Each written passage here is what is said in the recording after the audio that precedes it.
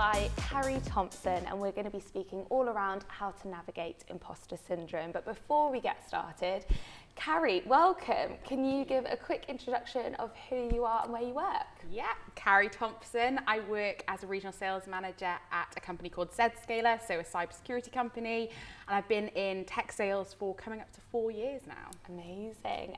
So today you're here to speak to us about imposter syndrome, and I know it's a topic that you're really passionate about, as am I. I think it's not something that we speak about enough, and I think people start to feel maybe embarrassed if they feel like an imposter.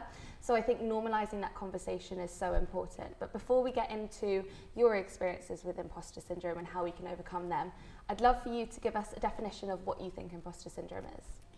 Yeah, so imposter syndrome for me, it was actually something I really struggled to term and really struggled to have a definition for. We use that phrase a lot, imposter syndrome, if not internally, not externally, but I kind of didn't know really what that meant. And through feeling this anxiety around what I was doing and what I now know is imposter syndrome, I ended up doing what I do best and going and researching and doing a load of reading on imposter syndrome. And I wanted to find what a definition was, something to describe the way I was feeling. And went to the Oxford Dictionary, and what the Oxford Dictionary said was it's a persistent feeling of that your achievements and everything that you have and all your success is down to luck, not your hard work, and is not deserved. And that's exactly the way I was feeling. So I really say it's that sense of worthiness, that sense that hard work doesn't make any difference on the success you have, and also that it's not deserved or warranted. I mean, thank you for bringing the Oxford Dictionary to us. I mean, wouldn't expect anything less. But I think that's really dangerous when people stop seeing their hard work as their worthiness, or that they're worthy of the success that they've got from that hard work, and they just think it's luck. I was listening to an episode by Stephen Bartlett, and he was speaking about the fact that everybody said that he was really lucky to have that first investor, and that was what really skyrocketed Social Chain. But actually, the reason he got that investor is because he was up at 3 a.m. on a Saturday night working when all of his friends were out, and he sent this investor that email. And yes, it was lucky that that investor saw it, but also it wasn't lucky because he put the graft in. Exactly. And it's really dangerous when we start to think, oh, it is just luck. And I think we live in a society where people think things come to you really easily. Yeah. And especially the younger generation, they then maybe feel like they don't need to put the work in because, oh, I'll just get lucky. Like, what are your thoughts on that? Do you know what? I think from my perspective, imposter syndrome is really, really hard because because as you said, society are always saying that, you know, it's been handed to us. But actually, I see the complete opposite, especially in tech sales. I see a cohort of extremely hardworking A-type personalities who put themselves out there every day and work and strive for better for their clients, for their companies. And I think that's breeded this imposter syndrome within us because we're holding ourselves up to standards which sometimes aren't achievable and aren't attainable. And I am definitely guilty of that. And I think that's what a lot of the time my imposter syndrome stems from.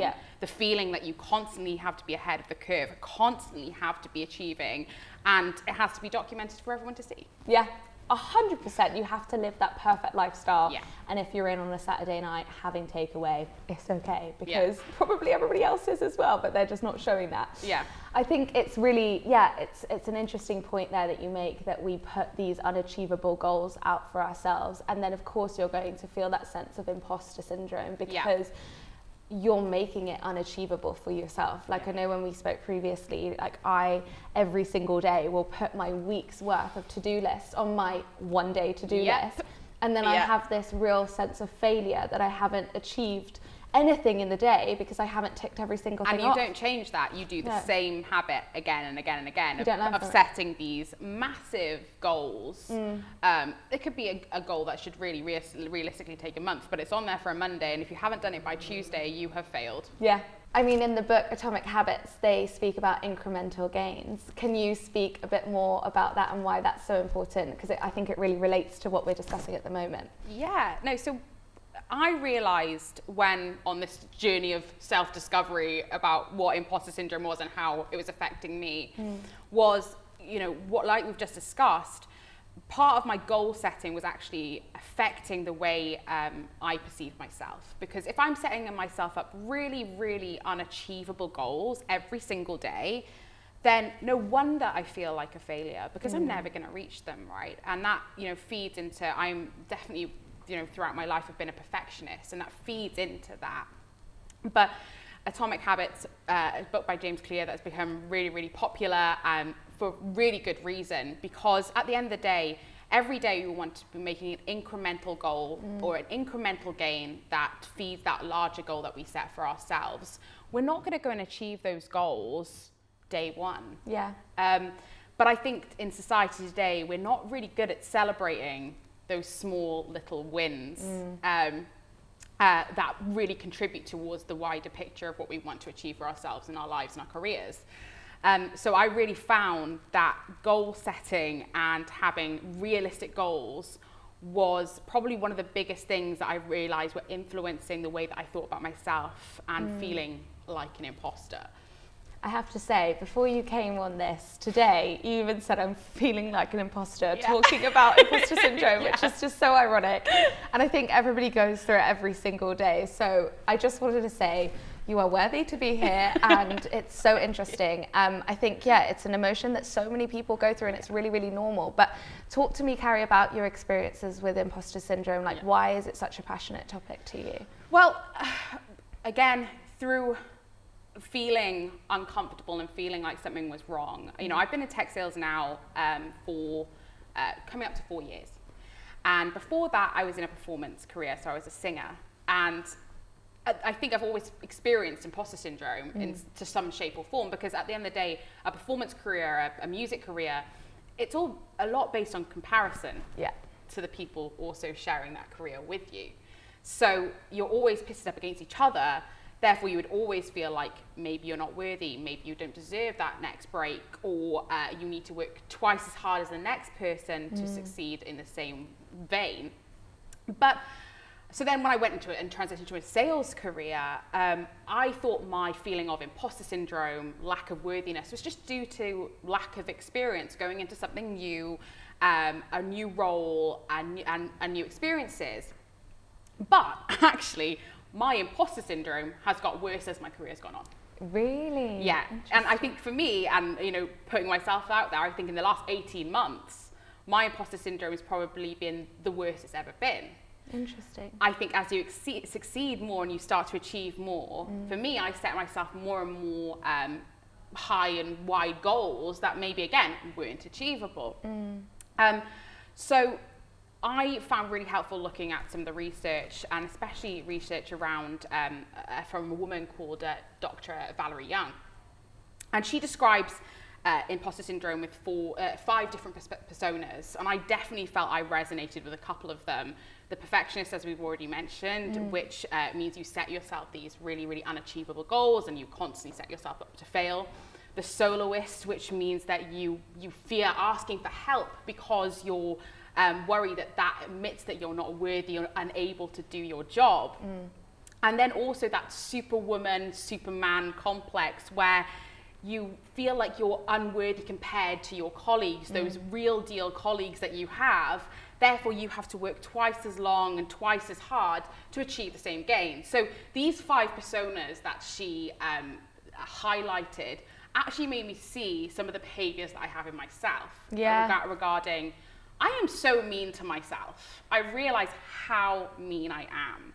Like, my inner self-talk is worrying, and actually it took me stepping back to realize, wow, it's not healthy to be talking to yourself in that way. And no wonder I feel like an imposter if that's the narrative I have internally. What's some of the language that we can use to speak to ourselves, and like, can you give any advice to how we can be more positive when we are feeling like this, and instead of going into a room and apologizing for being there or apologizing for being invited to a panel? I think I often do that. I walk in and I go, sorry, nice to meet you, and that first word of sorry, no, you shouldn't say that. You should be like, hi, nice to meet you, I should be here.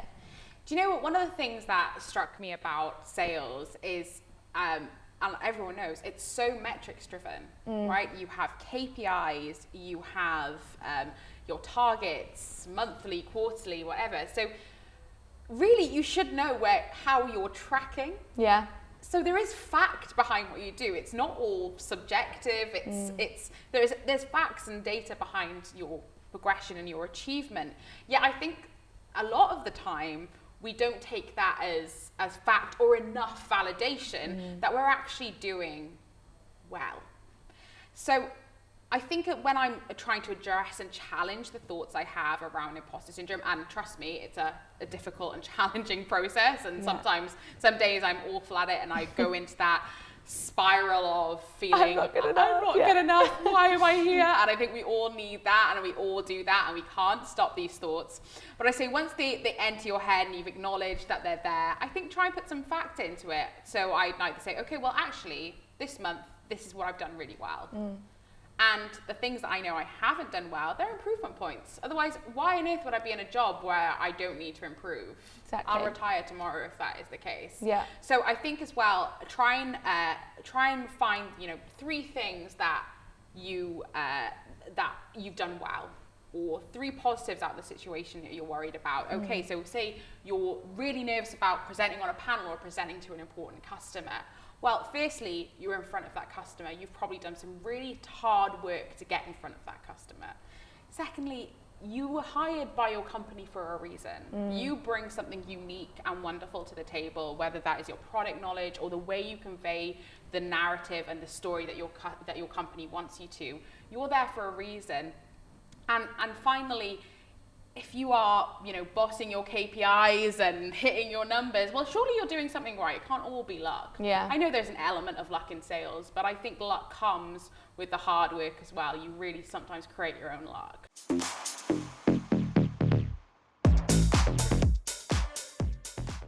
As we're getting to the end of this episode, something that we do with each guest is I ask them to bring a failure or a challenge that they faced in their career. Sales has so many ups and downs. There are many failures that sales reps face every single day, and I think it's really important that we normalize that conversation. So would you mind sharing with us a challenge or a failure that you faced and what you've learned from that? So probably one of the challenges and the failures, I think, has been what we've covered today, which has been the goal setting element of always setting yourself these massive, massive goals. But I think as well, another thing that's probably also stems from what we've talked about in this imposter syndrome is one of the things that I was really bad, and I'm still really learning doing, is leveraging the ecosystem around me. It's something really big at ZScaler, but it's something that everyone, all my mentors, all my bosses before have championed. I'm really bad at asking for help. So I will go and sit in a corner and sweat it out and try and work it out for myself. There is no value in doing that, because at the end of the day, you are not leveraging the experience, the knowledge of everyone around you, and then actually it just becomes very, very miserable to be able to do that. So I think one of the things, especially as a young rep as well, I'm just about 4 years into this now, is keep talking to people, leveraging their experiences, ask how they've done things, ask where they failed, and then you'll learn from that. So I think always ask for help. And don't be afraid to ask for help as well, because that doesn't show weakness. I'm working on it. Yeah. But it's something that, I've really struggled with. Well, thank you so much for helping us today. I feel, we've learnt so much, and this has just been such an incredible topic to speak about. Yeah. And I love your passion and the advice that you can share with the community. So thank you for being on this episode. Thank you for having me.